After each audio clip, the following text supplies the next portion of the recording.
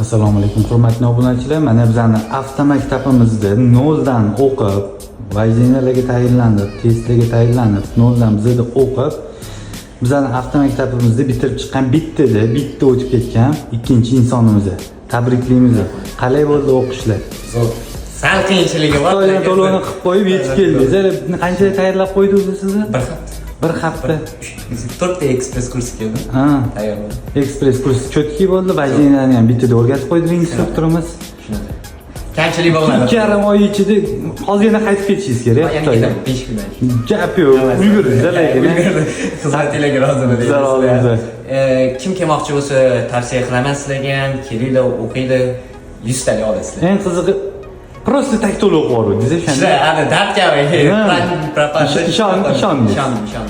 Gap yo'q. Rahmat. Alloh xayrli qilsin. Ishlaringizga omad.